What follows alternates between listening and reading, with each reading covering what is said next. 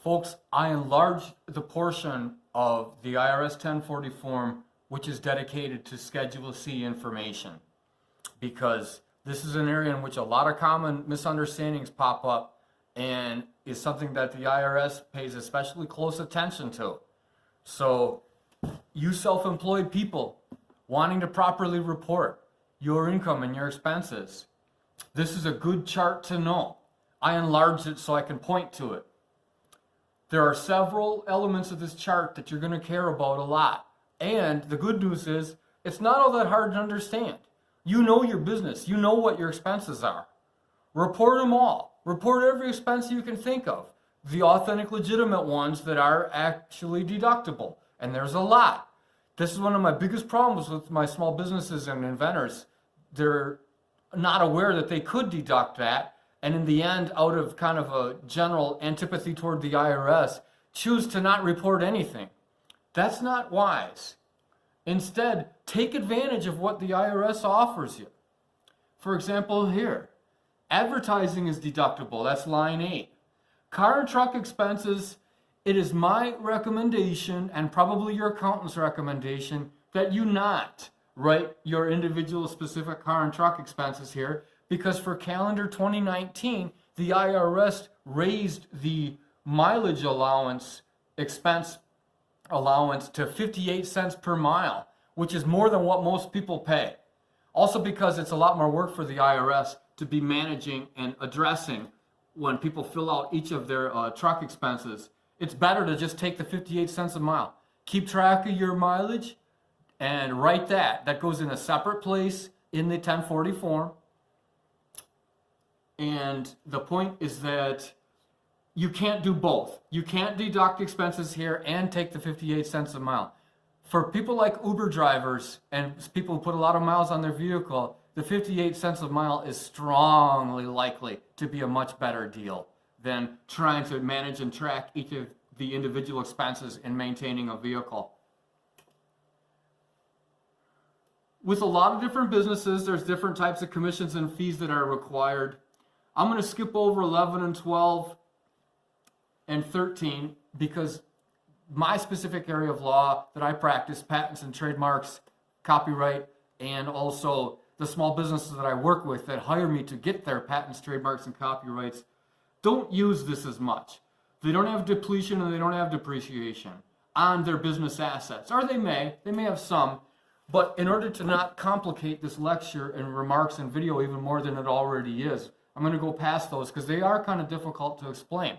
And remember, I'm not giving tax advice here. I'm not giving legal advice here. I'm trying to show you what your accountant or CPA is going to need from you and how you can make his job a lot easier by having your expenses categorized according to these well-known Schedule C criteria. You're still going to hand this over to a professional. In other words, it's probably not a good idea for you to try to tackle this yourself, but you'll hand it over to a professional, and it sure will make his job a lot easier if you have it organized and laid out nicely. Obviously, insurance other than health means insurance for your business. That is something that's worth deducting and worth keeping track of, and it goes in line 15. A lot of my small businesses are at the point where they only hire contractors, contract labor, such as in line 11, and they don't have employees. So I'm going to pass on line 14 as well. And line 16 is just way too complicated to explain. But line 17 is where the deductions go for paying me, paying my law firm, or paying other law firms or other professional services, including your CPA. That'll go in line 17. Office expenses is a nice catch-all. If you know it's something to do with the business and it's something to do with equipment in some way for the business, but it wouldn't necessarily fall in your mind in the area of office expense, this is still a pretty safe place to put deductions, along with line 27A, other. Pension and profit sharing plans, I would love to have more clients that have this deduction, but I don't. Renting and leasing equipment, I don't run into that too much. I'd like to have more clients that do that, but I don't. I do have clients that have to make a lot of repairs and maintenance, but this can't be to your vehicle, and it has to be an ordinary necessary part of the business. Supplies are another one that arguably could overlap with office expenses. Taxes and licenses people get confused about because we have the deduction here for commissions and fees, and then also legal and professional services. Is a license, does that fall under the category of a fee? You know, because there is such a thing as a license fee, a business license. Hard to say. Let's go ahead and set that aside. Travel expenses include hotel, do not include your mileage. That goes in a separate part of the 1040. And then meals, the statutory status for what's deductible as a meal has changed a little bit, and now only 50% of the meal expenses are deductible. If you rent an office, you would have to pay utilities, and yes, those are deductible. Wages should be obvious, what you pay out. And then other, the 27A is a catch-all that could be where it's kind of hard for you to figure out exactly which portion of the Schedule C I should put it in. Other is usually a safe place to put it if you're sure that it's deductible and part of ordinary necessary expense of doing business. Another might be 18. Okay, folks, with that, the reason this is important for you to understand is because most people don't bother to read this. They hand a bunch of information in an Excel spreadsheet to their CPA and say, look, figure this out. But you should be shaping and driving your business around what is a deductible expense and what not. And you should be aware of it all the year round, not just at tax time. And number two, if you can separate this out for your CPA, he'll charge you less. So you save money that way, and you're also aware of and look better to the people inside the IRS that are trying to decide who to audit and who to not audit. There's several reasons why this is really useful information for even a person with limited education and limited skill, just driving for Uber or doing some other kind of work such as housework, yard work, snowplow, things like that. It's still good for you to know all the different ways to structure and allocate your expenses. Again, this goes back to the theme earlier that the IRS is actually trying to help you. They give a lot of different ways and opportunities to explain to them, look, if the cost of running a business, I had to do this, I had to do that. Please don't tax me on that.